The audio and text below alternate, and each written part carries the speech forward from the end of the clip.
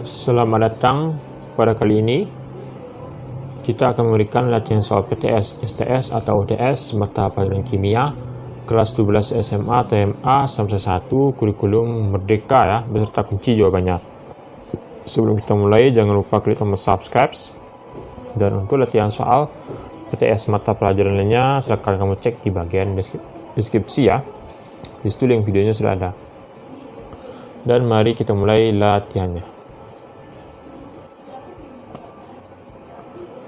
Salah satu yang akan disebabkan oleh keberadaan zat terlarut dalam pelarut adalah A. Titik beku larutan lebih tinggi daripada titik beku pelarut.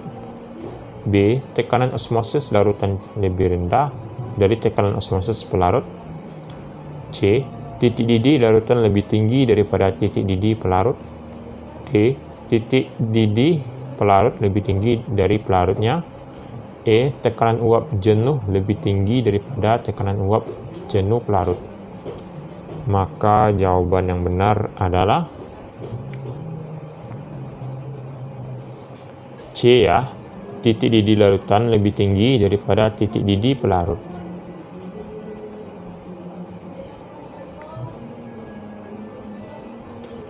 Pada pelarut dimasukkan zat terlarut yang sukar menguap, maka tekanan uap pelarut tersebut akan turun, yang disebabkan oleh A. Terdapat gaya tarik-menarik antar molekul. B. Terdapat molekul yang tidak berpasangan. C. Terdapat banyak molekul yang sama. D. Terdapat molekul yang besar ukuran partikelnya. E. Terdapat gaya tolak-menolak antar molekul. Maka jawaban yang benar adalah A ya, terdapat gaya tarik-menarik antar molekul.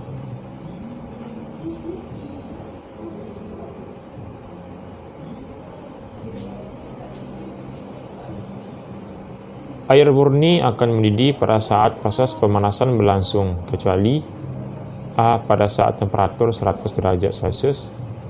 B. Pada saat tekanan sama dengan 760 mmHg. C. Pada saat tekanan uap jenuh zat cair itu sama dengan tekanan udara di sekitar.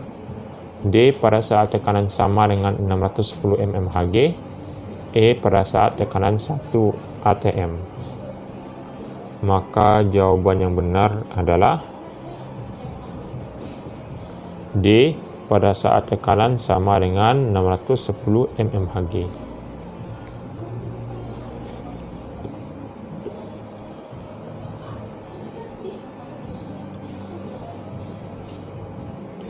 Perbandingan mol salah satu komponen dengan jumlah mol total komponen adalah A. Mol, B. Fraksi mol, C. Molaritas, D. Normalitas, E. Molalitas. Maka jawaban yang benar adalah B ya, fraksi mol jawabannya.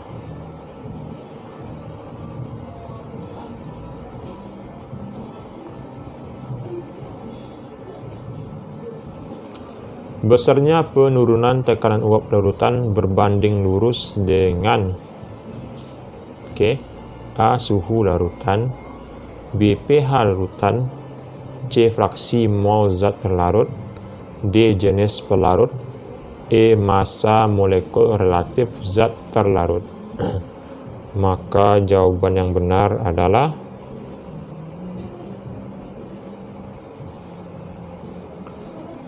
C adalah fraksi mol zat terlarut jawabannya.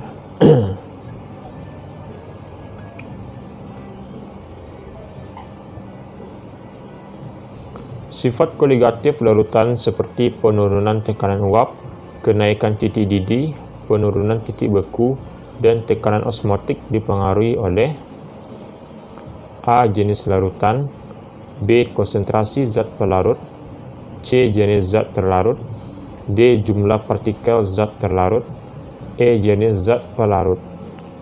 Maka jawaban yang benar adalah D ya, jumlah partikel zat terlarut jawabannya.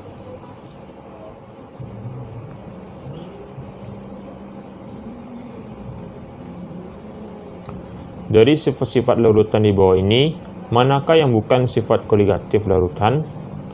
A. Kenaikan titik didih, B. Kenaikan tekanan uap, C. Penurunan tekanan uap, D. Tekanan osmotik, E. Penurunan titik beku. Maka jawaban yang benar adalah B. Kenaikan tekanan uap jawabannya.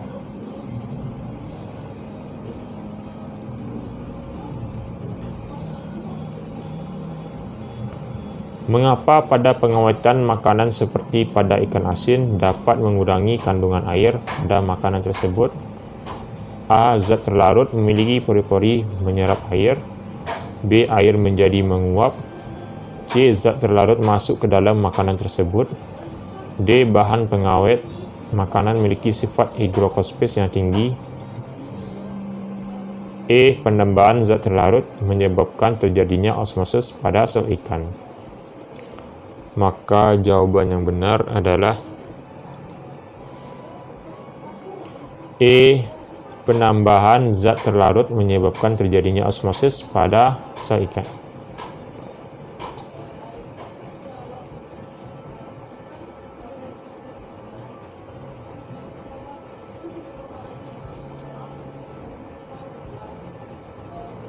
Dari proses berikut ini, manakah yang memanfaatkan sifat koligatif tekanan osmotik?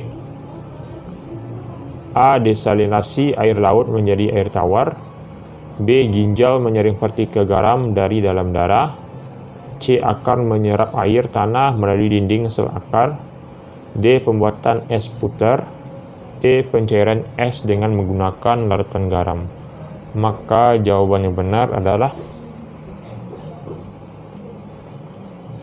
C. Akar menyerap air tanah melalui dinding sel akar.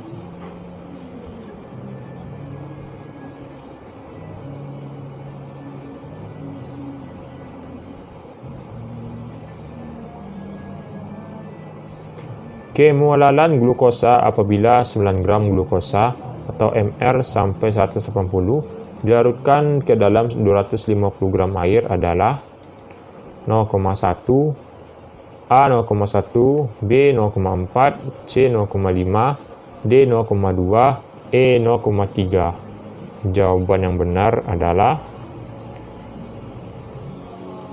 D 0,2 jawabannya.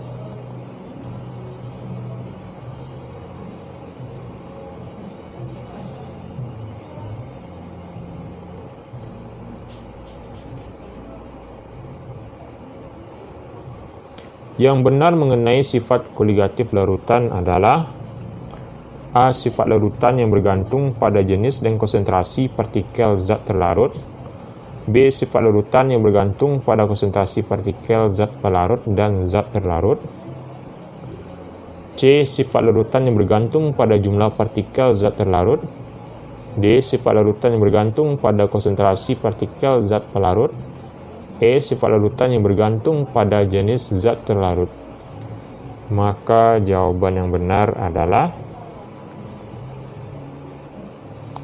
C. Sifat larutan yang bergantung pada jumlah partikel zat terlarut.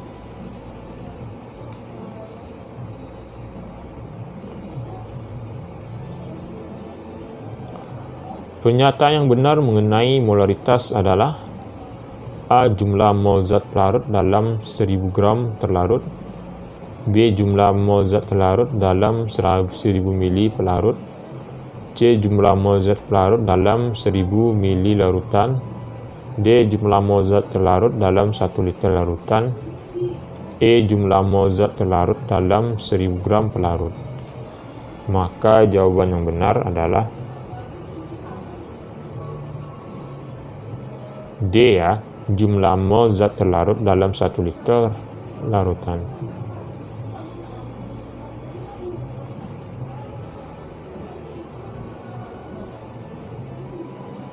Apakah prinsip yang digunakan dalam penerapan sifat koligatif larutan? Desalinasi air laut menjadi air tawar, A. Elektrolisis, B. Osmosis balik, C. Dialisis, D. Penyaringan, E. Destilasi. Maka jawaban yang benar adalah B ya, osmosis balik jawabannya.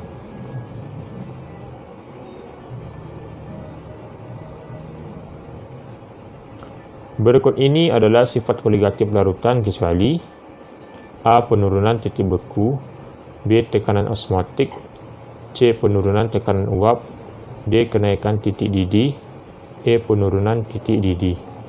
Maka jawaban yang benar adalah E ya, yaitu penurunan titik didih jawabannya.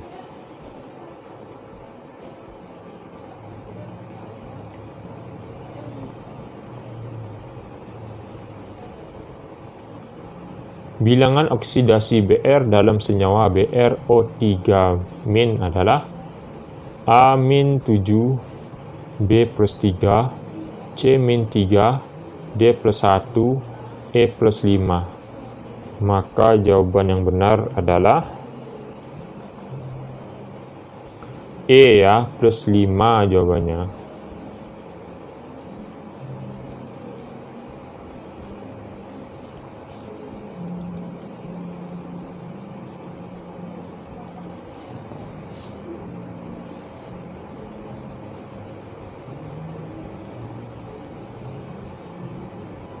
Perhatikan gambar isi komposisi larutan A dan B berikut ini. Ini larutan A dan larutan B ya. Ini adalah zat terlarut sukar menguap. Pernyataan yang tepat untuk kedua larutan tersebut adalah ini adalah larutan A-nya adalah 3 ya, zat terlarut sukar menguap. Ini ada 5 ya, zat terlarut sukar menguap.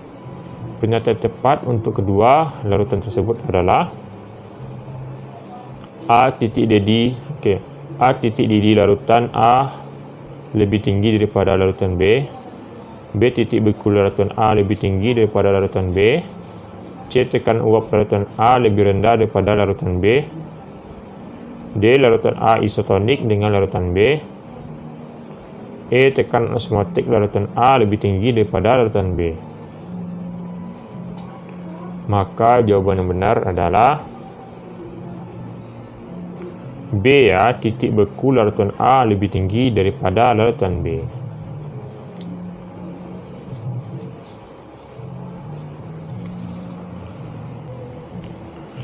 Sifat koligatif larutan dibedakan menjadi A. Larutan polar dan non-polar, B. Larutan berikatan ion dan kovalen, C. Larutan jenuh dan tak jenuh, D. Larutan berbentuk molekul simetris dan asimetris, E. Larutan elektrolit dan non-elektrolit. Maka jawaban yang benar adalah jawaban yang benar adalah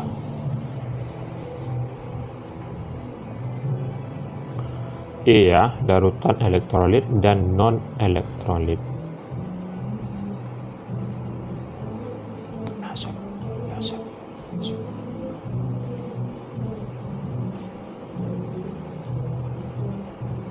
Bilangan oksidasi atom Cr dalam senyawa K2CrO4 adalah A3, B6, C1, D2, E8.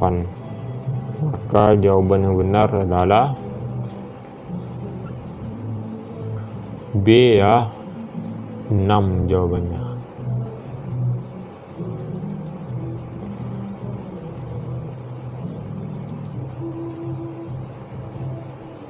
Contoh penerapan sifat koligatif dalam sehari-hari. Contoh penerapan sifat koligatif dalam kehidupan sehari-hari yang dapat kita temui di antaranya: 1. Air radiator mobil dapat dicampur dengan etilen glikol, dan 2. Larutan infus dimasukkan ke dalam tubuh pasien melalui pembuluh darah.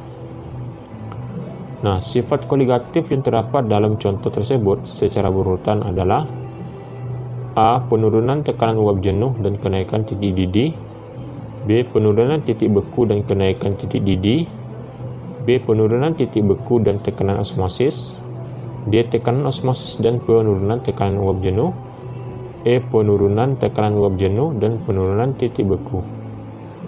Maka jawaban yang benar adalah C ya, penurunan titik beku dan tekanan osmosis jawabannya.